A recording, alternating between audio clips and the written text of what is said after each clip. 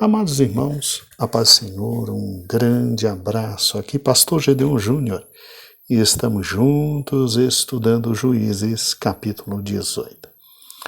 Durante todo este momento que estamos analisando aqui, nós estamos vendo o quão terrível e o quão difícil, irmãos, era este momento para Israel. Nesse período de apostasia, a tribo dos Danitas também estava de viagem, assim como aquele levita Jonatas, de Juízes 17. Os Danitas não se contentaram com o lugar em que o Senhor lhes designara e estava procurando algo melhor, algo bem melhor. Nós vimos que os homens de Dan tinham conquistado pelo menos 2 cidades de todas que Josué lhes deu por sorte, que fora Zorá e Estaol. E, infelizmente, não foram capazes de conquistar o resto dos territórios. Os amorreus foram muito mais fortes que eles e que vergonha, né? Que vergonha. E aí, ao invés de buscar o auxílio do Senhor para a luta, eles enviam espias para ir do outro lado da terra, simplesmente buscar uma nova terra para si. Aí vimos ontem que esses espias, ao atravessarem no meio do caminho, chegam à casa de Mica, onde encontraram um levita bastante conhecido no meio deles. E aí, suas perguntas feitas ao levita evidenciam o problema subtendido. O que tu fazes nesse lugar? A resposta do levita revela suas razões mercenárias.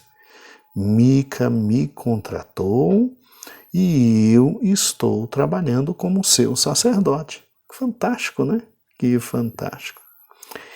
E daí, aqueles espias aproveitam que estavam de passagem e dizem, olha, já que você é sacerdote, pergunta a Deus se a nossa viagem vai ser bem sucedida. E aí Mica, malandro, sacerdote, malandro, só fala o que os outros querem ouvir, ele diz, olha, vai ser um sucesso. Pode ir, vai ser um sucesso. Realmente o levita estava fazendo muito mau uso do nome do Senhor, né? Ao dizer aos homens de Dan que simplesmente a estrada deles, que já estava errada, começou errada, ia ter sucesso, pois o território que o Senhor designou essa tribo era outro. E de fato a viagem deles foi um sucesso aos seus olhos. Laís ficava, irmãos, em uma região agrícola, produtiva, lá ao pé do Monte Hermon. E o Monte Hermon é lá em cima, lá no norte. E lá não era a terra que Deus tinha dado a eles. E o povo de Laís vivia, como nós vimos, simplesmente de forma tranquila, sem muita proteção e distante de outros povos. E aí, obviamente, que, como uma serpente, Jacó sabia o que estava falando do seu filho Dan, como uma serpente, eles atacam sorrateiramente, malignamente, e matam todo aquele povo. E aí nós vimos ontem que os espias voltam para casa, né?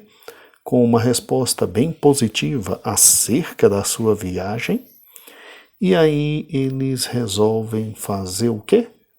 Sair de onde eles estavam e irem para uma nova terra. E é interessante aqui, no versículo 10, assim se diz, depois do versículo 9, ter a palavra de incentivo, vamos nos levantar e vamos subir, porque a terra é boa e nós vamos entrar e possuir essa terra. Olha aqui o versículo 10 diz, e quando vós partides, ireis a um povo seguro e uma terra vasta, pois Deus a tem dado nas vossas mãos. E por que eles dizem, porque Deus tem dado às vossas mãos? Porque Jonathan tinha dito que eles seriam vitoriosos. Um lugar onde não há escassez de nada que esteja na terra. Interessante, né? Que Deus estranho é esse que, por intermédio de Josué, seu servo, dá aos danitas uma terra ao sul, e agora, por intermédio de um sacerdote idólatra, isso que era Jonatas, né? Disse que ia dar outra terra a eles. Interessante, nós vamos ver no final do capítulo que eles vencem. Eles ganham a batalha, eles ganham a terra. Mas não porque Deus a deu, porque eles tomaram, resolvendo viver uma vida completamente diferente da vontade de Deus. E isso fica muito claro que Deus não estava com eles, porque é interessante o que aconteceu no meio do caminho, né? Versículo 11 diz assim, e partiram dali. Ou seja, partiram os danitas de onde? De Zorá e de Estaol. De todas as cidades que Josué deu, essas duas eles conquistaram. E ao invés de conquistar as cidades do lado, não conseguiram. Partiram com suas famílias, se acamparam ali em Judá e literalmente de Judá subiram mais um pouco e foram até o Monte Efraim. E aí, chegando ali em Efraim, que era o meio do caminho, foram descansar. Descansar aonde? Esses 600 homens. Na casa de Mica. Foram até a casa de Mica. Isso significa o quê? Isso significa que Mica não era qualquer um. E que a casa de Mica não era uma casinha como a minha e a sua. Mica, na verdade, era um grande homem em Efraim, e ele dominava uma grande porção de terras. Então, Mica era um homem muito forte e poderoso. Sua riqueza não era à toa. E ele era um homem muito grande ali, na tribo, então, de Efraim, né? Um dos filhos de José. Porque para caber na casa de Efraim 600 homens que estão saindo de duas cidades no meio de todas que Deus deu, ao invés deles conquistarem as cidades que estavam literalmente ali ao lado, eles são medrosos, apanharam dos outros povos que estavam, não conseguiram vencer, e agora vão lá para cima, lá no norte, lá na beira do Monte Hermon, completamente diferente. Eles estavam no sul, agora vão para o norte, para conquistar uma terra de gente que não tinha nem muita proteção, não tinha muito problema com invasão, né? E, sinceramente, é fantástico uma história como essa, porque aí eles param um pouquinho em Judá, aí do Judá eles caminham literalmente até a casa de Mica.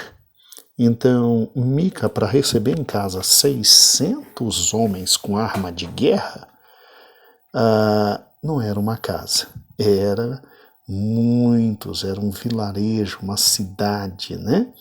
E aí é óbvio que aí eles simplesmente ocupam ali, segundo o versículo 13, passam ali, mas eles não vão ficar ali na casa de Mica.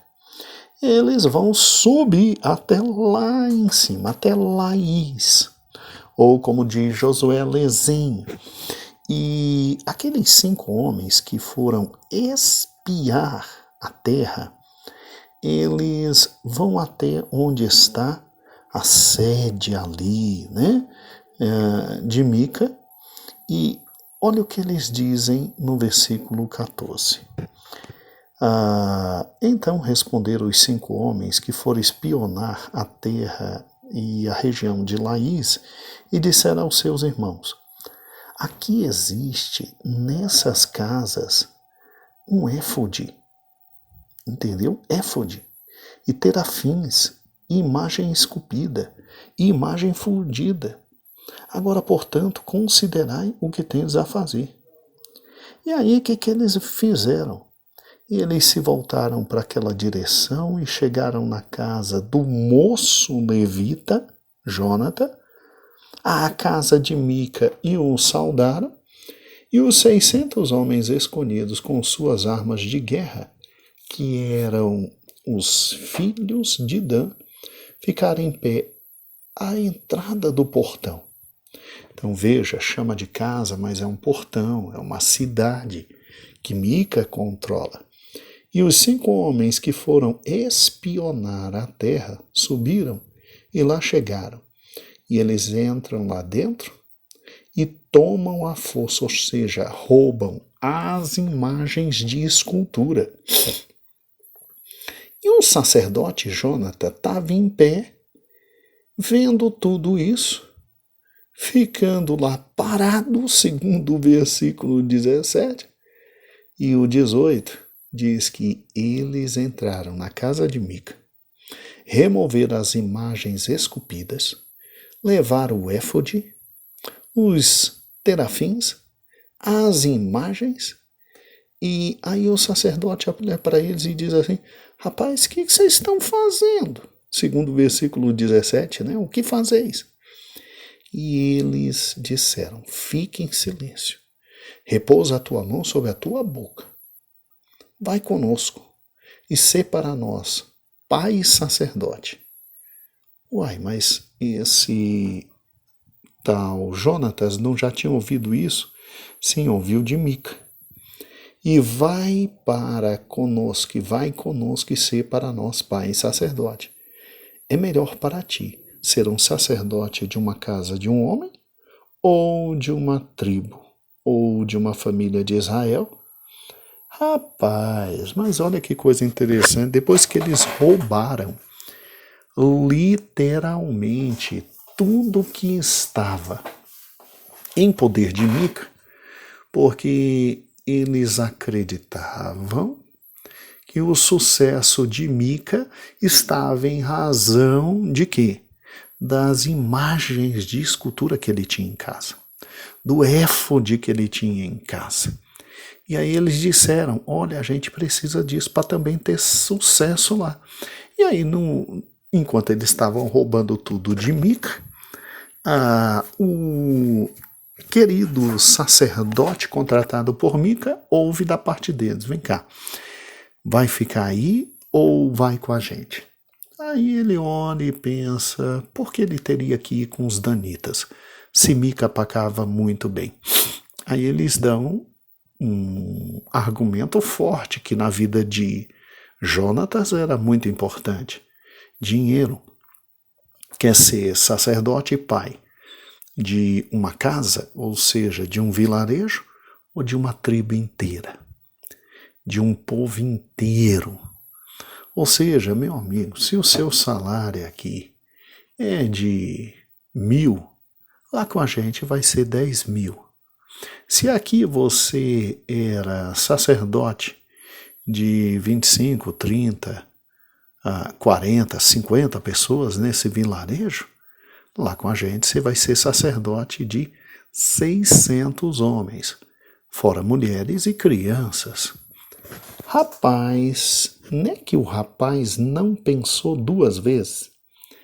Não é que o lindo sacerdotezinho malandro simplesmente teve o coração alegre? Olha o versículo 20. E o coração do sacerdote se alegrou, e ele mesmo tomou o éfode, os terafins, as imagens, e entrou no meio do povo e disse: vamos. E assim eles voltaram e partiram, e colocaram os pequenos, ou seja, as crianças e o gado, e a carruagem adiante deles. Então veja que no versículo de número 21, simplesmente você tem uma confirmação que não era parte dos danitas, que era literalmente todo o povo, toda a tribo de Dan que estava subindo para conquistar Lezem ou Laís, né? E no meio do caminho aproveitaram e chegaram e conversaram com o malandro do sacerdote Jonatas e disseram: nós temos uma oferta maior para você, tá? Então vamos embora com a gente. Nós temos uma oferta fantástica para você. E aí é óbvio que ele não pensou duas vezes. Engraçado, o coração dele se alegrou. Ele agora ia ser sacerdote de uma tribo inteira, não de um vilarejo, né? Era uma tribo com 600 homens de guerra. Se tinha 600 homens de guerra, é óbvio que ia ter ali, no mínimo, o dobro e o triplo de uma população. Então, ele ia agora ser sacerdote de 1.800 pessoas, contando mulher com criança. Se para Mica ele seria sacerdote de, no máximo, 300 pessoas, no máximo, que era um vilarejo que Mica tinha, é óbvio que agora Jonatas ia crescer muito, muito mais. E a gente sabe que falsos profetas são terríveis, né? Falsos sacerdotes, eles são terríveis. E aí que a Bíblia diz que o coração deles se alegrou e eles foram. Eles foram embora. Gente, é assustador, né? É assustador. Então quer dizer que a caminho da nova terra, os homens de Dan, que já estavam em pecado, porque desprezaram a herança que Deus deu, visitam a casa de Mica, casa entre aspas, né? E aqueles 5 homens relatam a idolatria de Mica, e literalmente eles acreditavam que os ídolos e o santuário de Mica, que estavam lhe dando o sucesso, eliminariam todo o mal no meio deles. E aí é óbvio, com o apoio de 600 homens, foram à casa de Mica, roubaram a casa de Mica e ainda levaram a reboque o levita. O levita, subornaram o levita e ainda levaram a reboque. E agora, para ser pai e sacerdote de uma tribo, hein? Ele ia crescer muito, em vez de ser pai e sacerdote de uma família, um vilarejo. E aí, obviamente que em seguida esse grupo volta à sua formação para viajar, colocando na frente os vulneráveis como criança, rebanho, e aí, obviamente, atrás ficariam eles. Quer dizer, eles já estavam pensando numa reação de Mica. Porque botaram as crianças na frente, o gado, e eles ficavam atrás? Porque Mica viria, talvez, retomar seus ídolos, e o que eles tinham roubado de Mica, ele viria, obviamente, por um só caminho. E aí os homens de guerra ficariam atrás. E aí não deu outra. Não deu outra, porque o versículo de número 24 diz assim: e quando estavam, ou seja, os danitas, a um bom caminho da casa de Mica, os homens que estavam nas casas próximas, as casas de Mica, se reuniram e alcançaram os filhos de Dan. Você está vendo? Mica não é qualquer um. Mica, ele é um quase senhor, um dominador de toda uma região. Porque os homens que estavam próximos à casa de Mica. E então, eram homens que dependiam de Mica, se reuniram com Mica e foram atrás de Dan para matar a tribo, por uma razão simples, eram subalternos a Mica. E o versículo 22 é muito engraçado, porque diz assim, né? Versículo 23. E eles gritaram aos filhos de Dan. E eles viram suas faces e disseram a Mica: o que te aflige? Para que venha com tanta gente? E ele disse: vós retirastes os meus deuses, os quais eu fabriquei, e o sacerdote, e fostes embora. O que mais tenho eu? E o que é isso que vós me dizeis que te aflige?